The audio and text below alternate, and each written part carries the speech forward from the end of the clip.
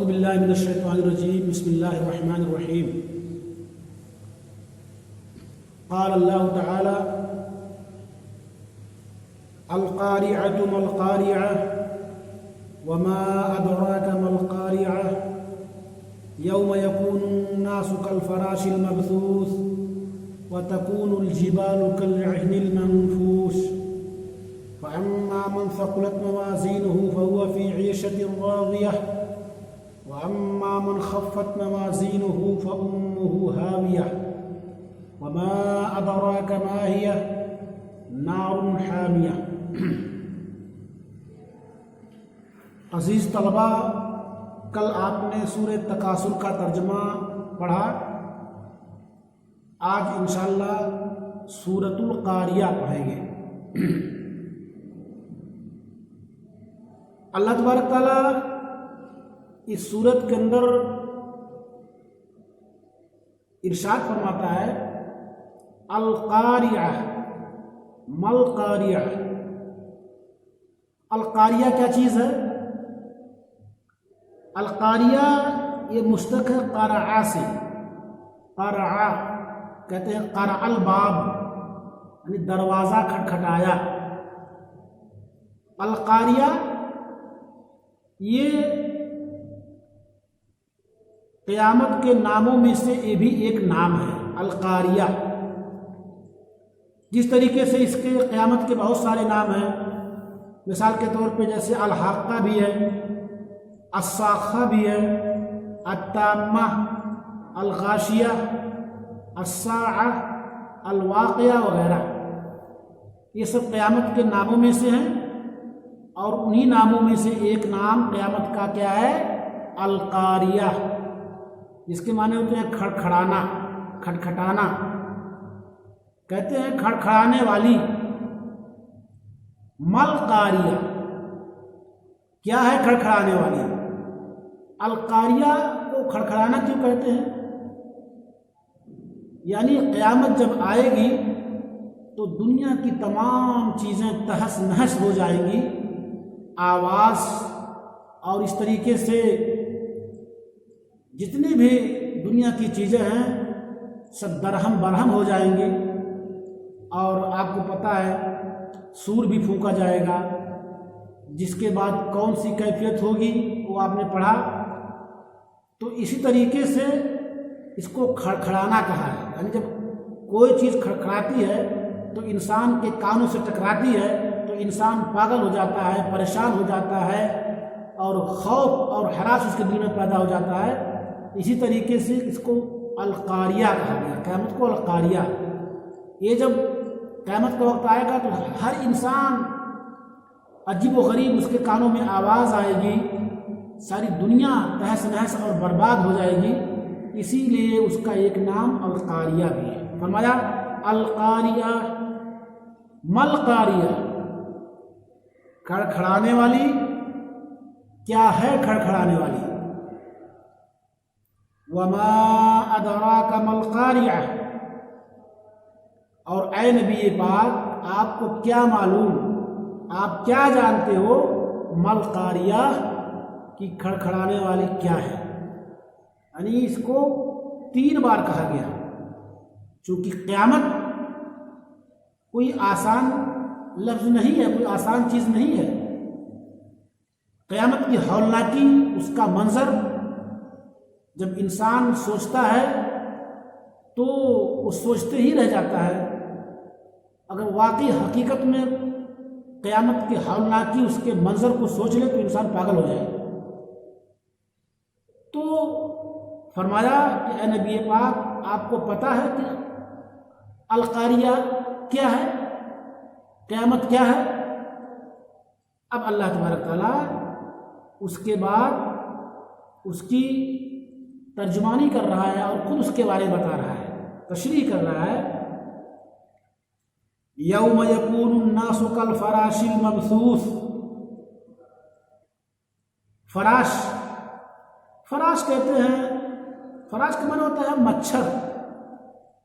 یہاں مراد جو آگ کے پاس چھوٹے چھوٹے پتنگے اڑتے ہیں، وہ منڈلاتے ہیں آگ کے ارد گرد، چراغ جلتا ہے تو چھوٹے چھوٹے پتنگے اس کے ارد گرد منڈلاتے ہیں، اسی کو فراش کہا ہے یہاں پہ۔ ہلکے ہوتے ہیں، بہت معمولی ہوتے ہیں، کل فراش المبثوث۔ مبثوث بث ہے، بث کے معنی پھیلنا، منتشر ہونا، پھیل جانا۔ فرمایا یوم یکون الناس کالفراش المبثوث، جس دن لوگ ہو جائیں گے بکھرے ہوئے پتنگے کی طرح، بکھرے ہوئے پرندے کی طرح۔ یہ چھوٹے چھوٹے پتنگے پرندے ہوتے ہیں، بکھر جاتے ہیں، ایسے لوگ پڑے ہوں گے۔ وَتَكُونُ الْجِبَالُ كَالْعِهْنِ الْمَنفُوشِ۔ عہن کا معنی کیا ہوتا ہے؟ عہن کا معنی ہوتا ہے یہ اس اون کو کہتے ہیں جو مختلف رنگوں سے رنگا ہوا ہو، اون۔ تو یہاں مراد کیا ہے؟ رگی ہوئی اون۔ اور منفوش کے معنی کیا ہوتے ہیں؟ منفوش کے معنی ہوتے ہیں دھنی ہوئی، جس کو دھن دیا جائے اور وہ الگ الگ ہو جائے، بکھر جائے۔ یہ پہاڑ کے تعلق سے اللہ فرما رہا ہے کہ وَتَكُونُ الْجِبَالُ، اور پہاڑ ہو جائیں گے كَالْعِهْنِ الْمَنفُوشِ، کس کی طرح؟ دھنی ہوئی اون کی طرح۔ دھنی ہوئی، جیسے روئی کو آپ دھن دو تو یہ ایک دم بالکل ہوا میں اڑ جاتا ہے، اس کے جو باریک ریشے ہوتے ہیں وہ ایسے اڑنے لگتے ہیں۔ ایسے اون بھی ہوتا ہے جو بالکل بہت ہلکا ہوتا ہے، بلکہ روئی سے بھی اون ہلکا ہوتا ہے اگر اس کو دھن دیا جائے اون کو۔ تو پہاڑ کی کیفیت اللہ بیان کر رہا ہے کہ جس دن پہاڑ دھنے ہوئے اون کی طرح ہو جائیں گے، ریزہ ریزہ ہو جائیں گے، ایسے اڑیں گے پہاڑ۔ یہ قیامت کا منظر ہے، قیامت کے تعلق سے بتایا گیا ہے۔ تو یہاں صرف دو چیزوں کو بتایا گیا ہے، اور آیتوں کو آپ پڑھیں گے تو اس میں قیامت کے تعلق سے جب قیامت واقع ہوگی تو کیا کیا ہوگا، ایک بہت ساری چیزوں کو بیان کیا ہے۔ یہاں تو صرف دو چیزوں کو بیان کیا گیا ہے۔ پہلی چیز کہ لوگ بکھرے ہوئے پرندے کی طرح ہو جائیں گے، اور دوسری چیز پہاڑ دھنی ہوئی اون کی طرح ہو جائیں گے۔ پھر آگے کیا ہوگا؟ فَأَمَّا مَنْ ثَقُلَتْ مَوَازِينُهُ، ثقلت ثقیل سے ہے، جس کے معنی ہوتے ہیں وزنی، بوجھل، اور موازین میزان کی جمع، جس کے معنی ہوتے ہیں ترازو۔ فرمایا کہ فَأَمَّا مَنْ ثَقُلَتْ مَوَازِينُهُ، پس رہا وہ شخص جس کے ترازو کا پلڑا وزنی ہوگا۔ ترازو تو سب اس کی ڈنڈی اور اس کے دونوں پلڑے مل کے بنے ہیں، تب اس کو ترازو کہتے ہیں۔ تو ترازو میں آپ جانتے ہو دو پلڑے ہوتے ہیں، کبھی یہ جھکتا ہے کبھی وہ جھکتا ہے۔ جو وزنی ہوگا وہ جھک جائے گا وہ پلڑا، اور جو ہلکا ہوگا وہ اٹھ جائے گا۔ فرمایا فَأَمَّا مَنْ ثَقُلَتْ مَوَازِينُهُ، پس وہ شخص جس کے ترازو کا پلڑا بھاری ہوگا، یعنی ترازو کا پلڑا کس میں بھاری ہوگا؟ نیکیوں کی وجہ سے بھاری ہوگا، نہ کہ برائیوں کی وجہ سے۔ فَأَمَّا مَنْ ثَقُلَتْ مَوَازِينُهُ، پس وہ شخص جس کے ترازو کا پلڑا وزنی ہوگا نیکیوں سے، فَهُوَ فِي عِيشَةٍ رَاضِيَةٍ، عیشت عیش و عشرت زندگی گزارنا، راضیہ رضا، رضا کے معنی خوش ہونا، اسے من پسند بھی کہہ سکتے ہیں۔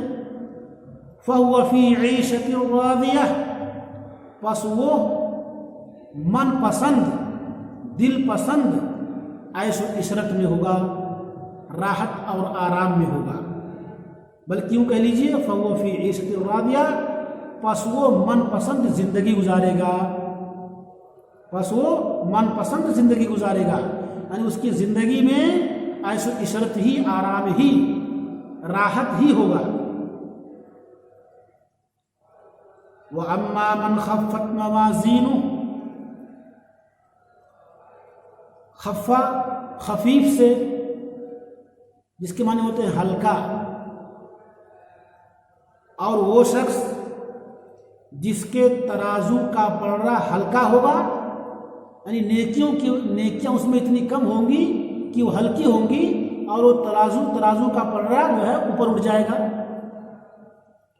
وَأَمَّا مَنْ خَفَّتْ مَوَازِينُهُ، اور وہ شخص جس کے ترازو کا پلڑا ہلکا ہوگا، خفیف ہوگا، فَأُمُّهُ هَاوِيَةٌ،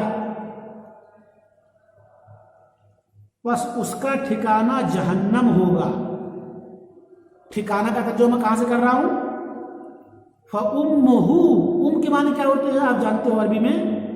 کے معنی ہوتے ہیں ماں۔ جس طرح انسان کے لیے ماں، اس کی ماں جائے پناہ ہوتی ہے، اسی طریقے سے جہنمیوں کا ٹھکانہ جہنم ہے۔ تو چونکہ ماں اپنے بچوں کی پناہ ہوتی ہے، لوگ بچے اسی سے پناہ پکڑتے ہیں، تو یہاں کا اصل معنی تو ماں ہے، لیکن یہاں مراد پناہ پکڑنا۔ حاویہ، یہ بھی جہنم کے ناموں میں سے ایک نام ہے۔ حاویہ اس لیے کہتے ہیں کہ جہنمی اس کی گہرائی میں گریں گے۔ ہوا کے معنی گڈھے کی بھی ہوتی ہے، گڈھا، گہرائی۔ فَأُمُّهُ هَاوِيَةٌ، بس اس کا ٹھکانہ کیا ہوگا؟ جہنم ہوگا۔ کس کا ٹھکانہ؟ جس کے ترازو کا پلڑا ہلکا ہوگا۔ فَأُمُّهُ هَاوِيَةٌ، بس اس کا ٹھکانہ ہاویہ ہوگا، یعنی جہنم ہوگا۔ وَمَا أَدْرَاكَ مَا هِيَ، اور اے نبی پاک آپ کو کیا معلوم کہ یہ حاویہ کیا ہے؟ حاویہ کسے کہتے ہیں؟ ماہیہ، یہ کیا ہے؟ یعنی حاویہ کیا ہے؟ نارٌ حامیہ۔ یہ قرآن کی ایک آیت کی تفسیر دوسری آیت خود کر رہی ہے۔ اس طریقے سے بہت ساری قرآن کے اندر ایسی صورتیں ہیں، آیتیں ہیں جس کی تفسیر دوسری آیت خود کرتی ہے۔ یہاں حاویہ کی تفسیر کیا ہے؟ نار حامیہ۔